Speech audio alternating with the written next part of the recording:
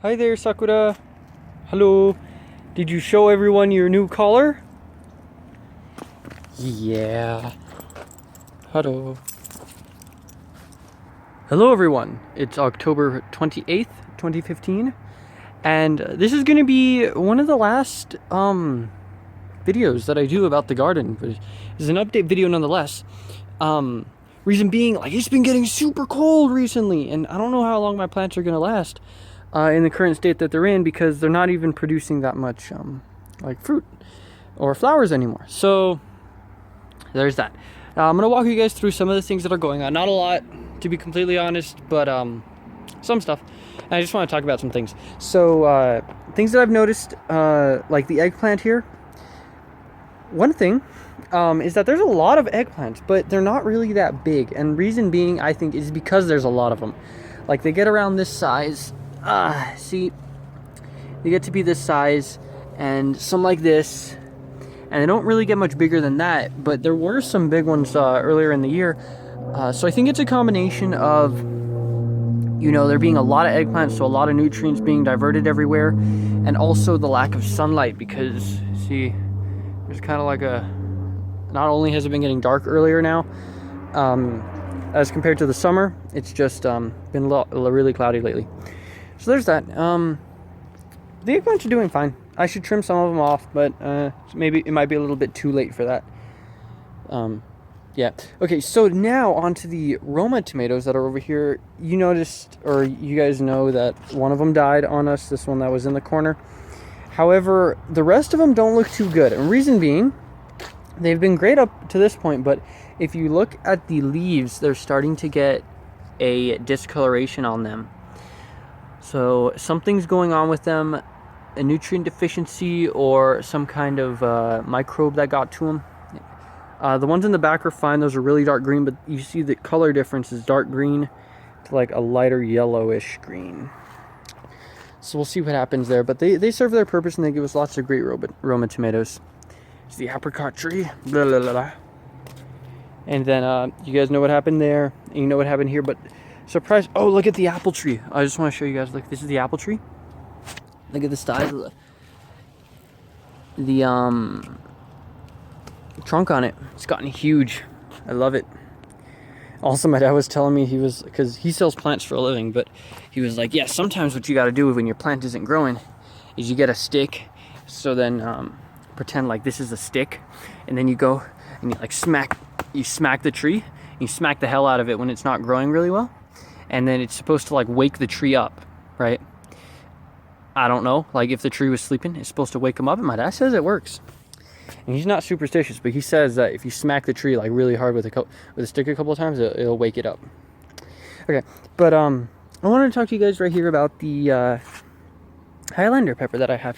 This is one plant, guys. This entire thing, this Highlander pepper, it kind of fell over. That's why it's like spreading all the way out here, but that's one plant, and it's really doing really great. Like, you can see the chilies that are on it, the size of these chilies. This one's almost ready. See, this one in the back is ready. See them back there. I love it. I might do those next year, but as you will see, I won't do them in this type of soil. Like, they do kind of good in this like peat moss / like potting soil mix that I kind of made at the beginning of the year, if you remember. But like, there is harder stuff down underneath. It's kind of sandy, but it's still really how do you say, like, soft and malleable. And I figured chili needs something a little bit better than that, and you guys will see the case I'm trying to make when we make it all the way over there to the end. But until then, yeah, purple plums. And then purple plums, and also the watermelons that I still have not picked yet. It's been like a month since I said I was going to pick them. Haven't picked them yet. They seem to be doing all right, just chilling there. The ones back there just chilling. But reason being, they haven't, or like, I kind of think they haven't been growing very much, because look at the like the mother plants, all the leaves that were, the watermelon leaves that were in this bucket. Turns out that they not doing too well. Like, they died or something. They lost all their leaves. Maybe it's because of the lack of sun, or something. I don't know what's going on. The leaves are still up there, but it's weird. But just to think, guys, this is where the watermelons are planted. They go all the way back over there next to the fence, all the way out here and to here, and this is where their watermelons are. This is where the watermelons themselves are. So so the water that the roots are bringing up and the water that all the plants consume, the plant itself consumes, is being diverted all the way around here through the stalk to the watermelons. I think that's amazing. Pretty damn impressive if you think about it. All the stuff that goes into that. I mean, these plants are amazing. So here's the purple plum again. And then the peppers. If you guys remember, we picked a whole lot of the peppers. Like, there was a lot of them that we picked. But I left some on because they were still growing. And it looks like I'm going to pick another like little mini harvest again. So look at these guys. These are some of the ones I left on, and they turned out rather well, actually. This guy got a whole bunch of them on here. There's a red one in the back, but yeah, see. So I wouldn't plant the chilies in here. You can see some of the problems that I'm having. Let's see, look for some of the problems. Oh, this would be one of them. You see the stalk kind of fell over, and even though the roots are pretty big and kind of hoisting it up a bit, it fell over. Same thing here.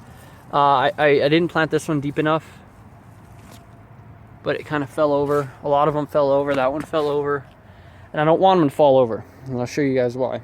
So, see the tomatoes kind of made their way over here, and the apple pear, and then all of these guys fell over as well. The chile de árbol.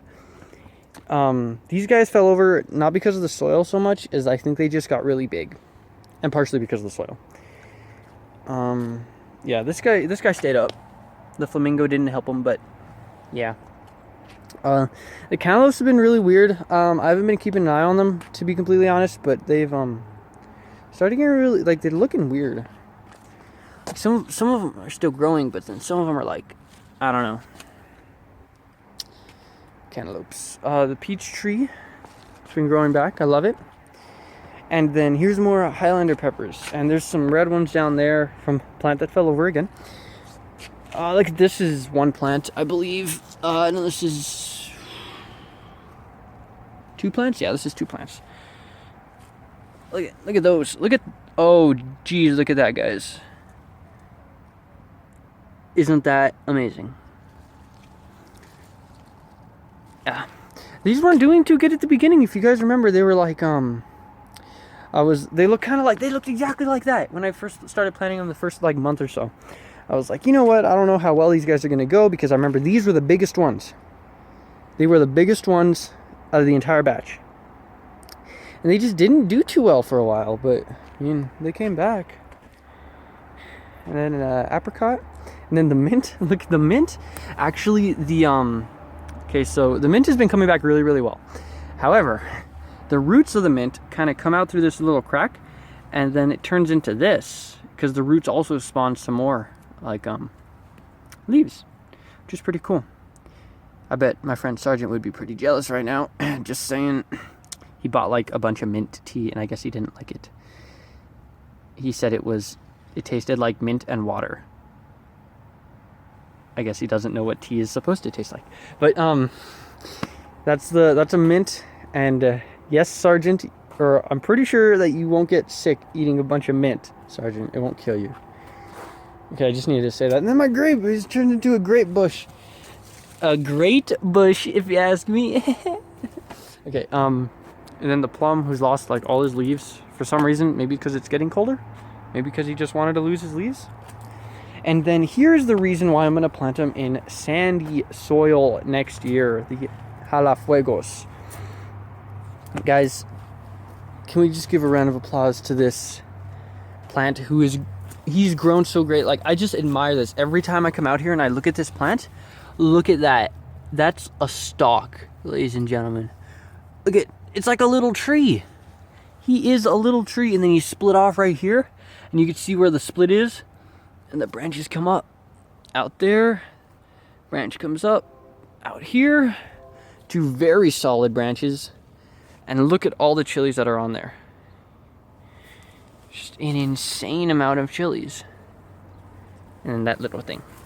But all the plants here just are amazing in comparison to the other chilies. So that's next year, sandy soil, because I planted those in like pure sand.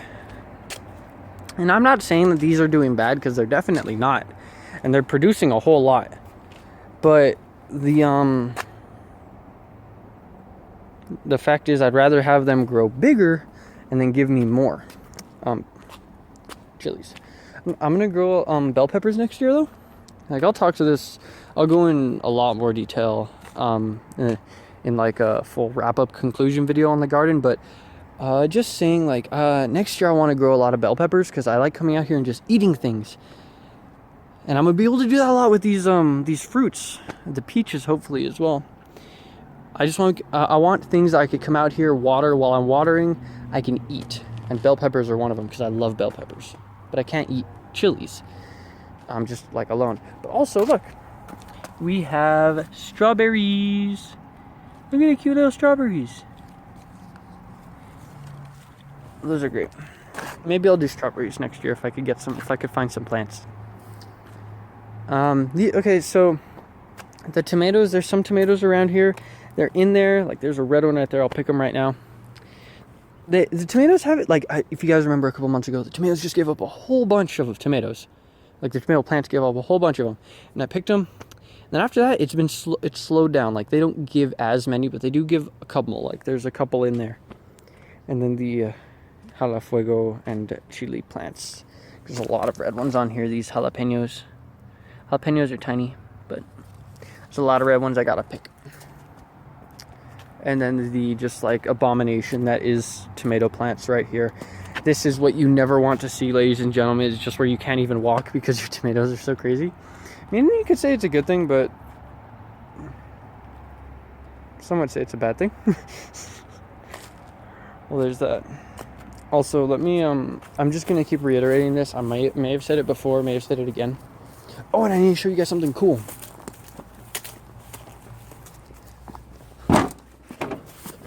Okay, for the love of all that is holy, never let water get into your compost. Guys, it smells like ass. Like, compost, it's supposed to smell a little bit, I'm guessing, but like, honestly, this is my compost bin. I let water get in there, and every time I come turn it, I heave a little bit, and I have a super, like, lax sense of smell.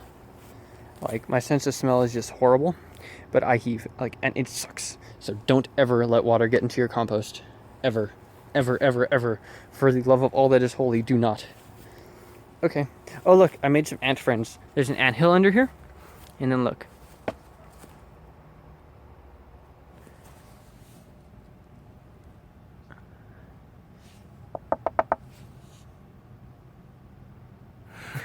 See, when you start knocking on the anthill, they all come out. Because, like, sometimes I spray this with water, right? And, like, on accident, I'll spray the board with water. That's why it's kind of wet. And then it'll be like, whoa, we're being attacked. And then they'll come out, and I got to move or else they climb up and bite me. And it's happened before. Where I'm just sitting here, and then, like, they're on my shoes. And it's like, ah! And you got to do the ants in the pants dance and jump around. Okay, but if you guys remember, there were some things growing in here. Like tomatoes and cantaloupes rather than just the chilies. And I transplanted the cantaloupe here, and it died. It died a couple days after transplant, so I'm guessing I damaged the root system when I did it. Because they were like dug in there and entangled with chili roots, and it just, it wasn't looking good. But I put a tomato that was in there here today. I transplanted that, and then the one that I transplanted a couple days ago here, at the same time as the cantaloupe, is doing good. Look at that. Yee. Oh, you see that baby leaf? Look at that little leaf right there. Oh, yes. You see they're fuzzy. Tomatoes are fuzzy. But yeah, these tomatoes, or these chilies, guys, they're doing pretty good. The leaves are starting to get a little bunched up down here. So that'll be that, but they're doing good. This one, it's growing in a V, just like the one in the sand was. But these guys are in soil, potting soil. It'll be all right. They're doing good. I'm going to try and overwinter them because I really like these 2 little plants. They've given me some nice ones, but I'm trying to like take these little ones off to get them to grow more. I want their stalks to harden up just so they'll be all right during the winter. Okay, well, that's it, guys. We talked about this garden. The tomatoes in the back still keep on going.